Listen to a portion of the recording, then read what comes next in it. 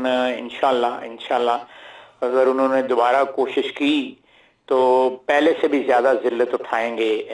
जो पिछले साल जो कुछ हुआ उससे कहीं ज्यादा जिल्लत उठाएंगे। और इस दफा पहले तो कंटेन हुआ है कि 200-250 किलोमीटर के अंदर जो है जंग कंटेन हो गई। अब हम अंदर घर में घुस के मारेंगे उनको जो है इंशाल्लाह। क्या भारत युद्ध की तैयारी में है? क्योंकि जिस तरह के सिग्नल्स अभी आ रहे हैं चारों तरफ से, कुछ ना कुछ होता हुआ दिखता है।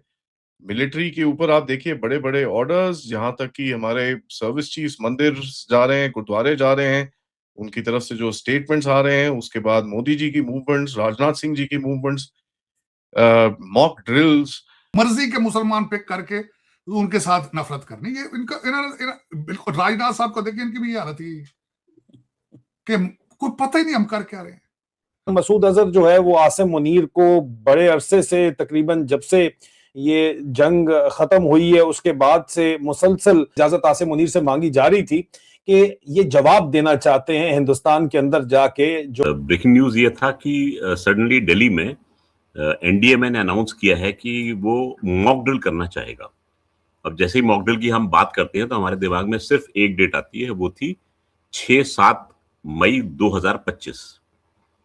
और 6-7 मई 2025 को भारत में मॉक ड्रिल का प्लान किया गया था। फिर दोबारा से आपके यहाँ से ऐसी स्टेटमेंट आ जाती है, तो अगर ऐसा ही है तो क्या फिर दोबारा से तो नहीं भारत कोई लड़ाई वगैरह के उसमें है कि फिर से कोई क्लैशेस हो?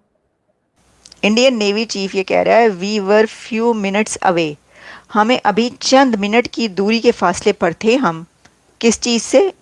पाकिस्तान पर अटैक करने से।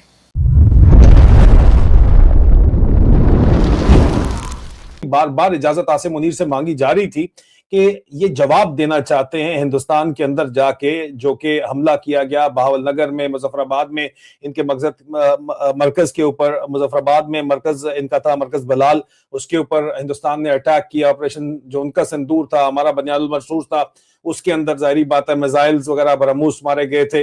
लेकिन इनको इजाजत नहीं दी जा रही थी। क्यों नहीं दी जा रही थी? इसलिए नहीं दी जा रही थी क्योंकि आसिम मुनीर ने अपना काम निकलवा लिया था। उसने भाई 4 दिन की जंग करके हिंदुस्तान को रिएक्शन पे मजबूर करना था। रिएक्शन आया, रिएक्शन के बाद उसने विक्ट्री डिक्लेयर करके खुद को फील्ड मार्शल प्रमोट करना था। वो प्रमोट हो गया भाई, ठीक है, उसका काम निकल चुका था। फिर उसके बाद अब थोड़ा फास्ट फॉरवर्ड कर लें, अब जो मौजूदा हालात हैं उस पे आ जाएं। आपको पता है कि गजा फौजें भिजवाने के लिए जो है वो ऑर्डर दिए गए ट्रंप की तरफ से, बोर्ड ऑफ पीस बनाया गया और उस पे फौज की, मैंने आपको बताया, पल्स रिपोर्ट है कि किसी सूरत भी फौज जाने के लिए तैयार नहीं है। तो बहानाबाजी करने के लिए, इंटरनल सिक्योरिटी सिचुएशन क्रिएट करके अफगानिस्तान के ऊपर हमला किया गया। एक तीर से दो शिकार करने के लिए डिसेप्शन प्लान आसिम मुनीर का ये था कि एक तरफ तो जो है वो, और मैंने इसको आपको 28 जनवरी को ये बात मैंने बताई थी कि खुद हमला करवाया जाएगा और उसके बाद अफगानिस्तान के ऊपर हमला किया जाएगा और वेस्टर्न बॉर्डर के ऊपर जो है वो सिचुएशन खराब की जाएगी और ईस्टर्न बॉर्डर के ऊपर भी खराब की जाएगी, जो कि अफगानिस्तान पे हमला करके कहा गया ये फितनतुल हिंदुस्तान है, ये हिंदुस्तान के साथ मिले में अफगानिस्तान वाले। और मौलाना मसूद अजहर जो है वो बार बार उसके, जो जाहिर बात है ऑर्गेनाइजेशन रन कर रहे हैं, वो लोग इजाजत मांग रहे हैं कि हमारा खानदान मारा गया, उसका हमने बदला लेना है, ठीक है, हमें इजाजत दी जाए। लेकिन उनको अभी तक इजाजत नहीं दी जा रही थी क्योंकि आसिम मुनीर अपना काम निकाल चुका था, वो अब फील्ड मार्शल बन चुका था, उसको जरूरत नहीं थी। तो बदले की आग जो है उसमें मसूद अजहर तो खुद शायद ना भी, बल्कि वो खुद भी एक नजरियाती तरीके से ये सारे काम कर रहे हैं। ये तो नजरियाती तौर के ऊपर कर रहे हैं, तो ये तो अपने बच्चों को भी जो है वो ट्रेनिंग लेने के अलावा अपना पूरा जो है वो कश्मीर भेजते हैं, वहां पे लड़ने के लिए भेजते हैं, जहाद के लिए भेजते हैं, ठीक है। तो इनका तो वो साइकी है, ठीक है, इनका उस किस्म का जो है वो आइडियोलॉजी है। तो ये बदला लिए बगैर तो रह नहीं सकते और काफी प्रेशर ये डाल रहे थे। और लेकिन आसिम मुनीर ने इनको कहा था सबर सबर सबर सबर सबर, करांगे करांगे, खलो जाओ खलो जाओ।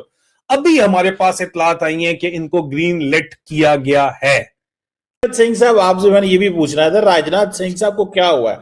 सुना है वो पहलगाम वाली एनिवर्सरी आ गई और जंग मई शुरू हुई थी, वो अप्रैल में ही आ गई, और ना क्या जरा आपने लोगों का खून गर्म करें? मेरी ख्वाहिश होगी चीमा साहब, कर ले, जब तक हमारी साइड पे फील्ड मार्शल साहब हैं, कर लेंगे, कर ले चीमा साहब। नहीं, मैं दुख के साथ कहूंगा, इसको सियासत नहीं कहा जा सकता चीमा साहब, इसको सियासत नहीं कहा जा सकता जब आपकी पॉलिसी सिर्फ हेटरेड टुवर्ड इस्लाम, और बल्कि इस्लाम भी नहीं, सिर्फ पाकिस्तान, इस्लाम नहीं Pakistan and Muslims living in India. मैंने कल परसों ट्वीट की थी चीमा साहब कि 9 मिलियन बंदा, इनका 9 मिलियन हिंदू बैठा है कहां पे? जीसीसी कंट्रीज के अंदर। दुनिया का सबसे बड़ा मंदिर उन्होंने बना दिया अबू धाबी के अंदर। कंट्री कौन है? इस्लाम है। हर दूसरे चौक में मस्जिद है, वहां पे अजानें हो रही हैं। तो इसमें साबित क्या किया कि ये इन लोगों की डबल पॉलिसी है, लेकिन कौन बेवकूफ बन रही है। इनकी नफरत सिर्फ पाकिस्तान से, इस्लाम से नहीं है, लेकिन इन्हें पूछना चाहिए कि सोमनाथ का मंदिर ढाने वाले सारे मुसलमान सन, पठान सन, मुला मुतकी का दादा सी, उधर नहीं जाना। मर्जी के मुसलमान पिक करके उनके साथ नफरत करनी, ये इनका बिल्कुल। राजनाथ साहब को देखिए, इनकी भी ये हालत ही कि कोई पता ही नहीं हम कर क्या रहे हैं। मुझे ये बताएं कि जिस वजीर आजम की गीत वो गा रहे हो, तो कहते मैं नाले, गंदे नाले जो गैस बना के चाह बनाता रहा सारी उम्र।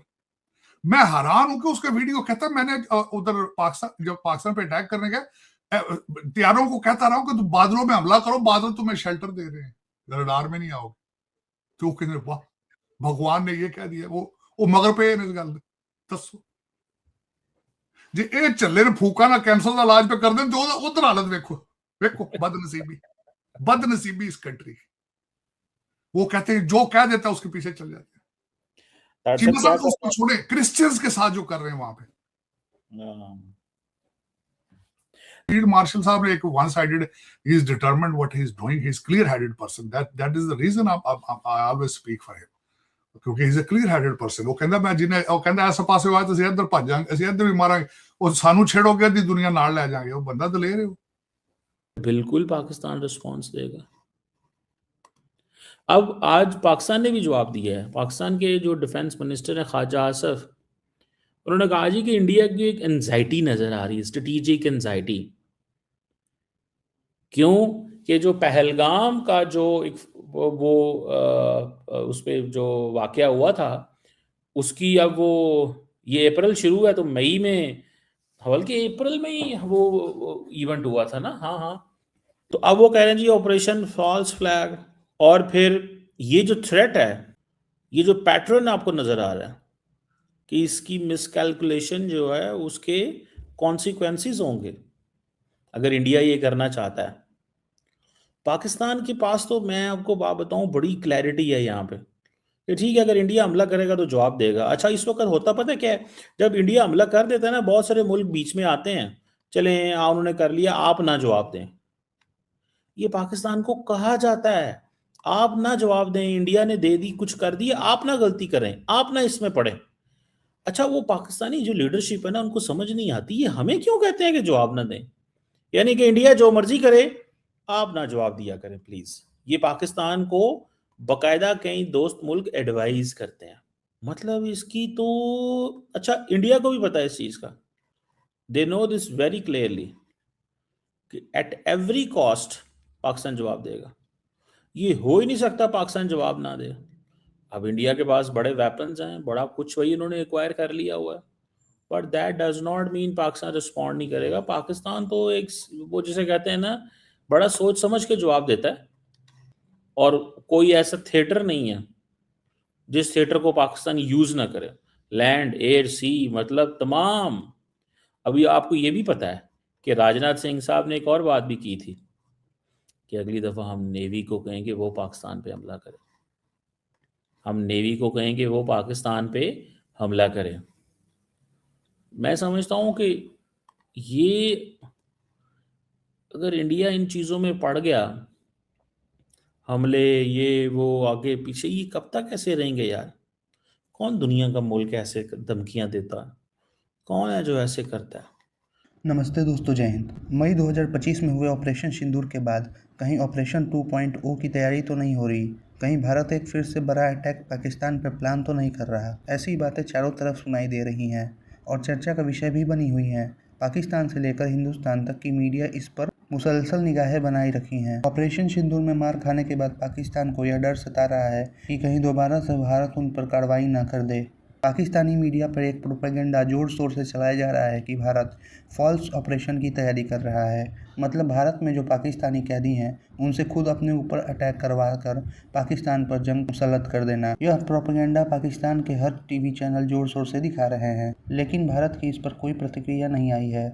हम अपने लेवल पे पूरी तरह तैयारी कर रहे हैं कि पाकिस्तान ने अगर कोई मिस एडवेंचर किया तो इस बार उसे ज़मीन गंवानी पड़ सकती है। यही बात हाल ही में रक्षा मंत्री राजनाथ सिंह ने भी पाकिस्तान को चेतावनी देते हुए कही। कुछ दिनों से कुछ ऐसा हो रहा है कि कयास लगाए जा रहे हैं कि क्या कुछ बड़ा होने वाला है। चाहे आर्मी चीफ या एयरफोर्स चीफ का मंदिर और गुरुद्वारे में जाना हो, या नेवी चीफ का कहना हो कि हम कुछ ही मिनट दूर थे ऑपरेशन सिंदूर में कराची को हिट करने से, या फिर एक दिन पहले की गई दिल्ली में मॉक ड्रिल्स जो सेम मई 2025 जैसी हुई, या फिर कैबिनेट कमेटी ऑन सिक्योरिटी के बैठकों का दौर, यह सब देख के पाकिस्तान के होश उड़े हुए हैं और वो पूरी तरह से दहशत में है।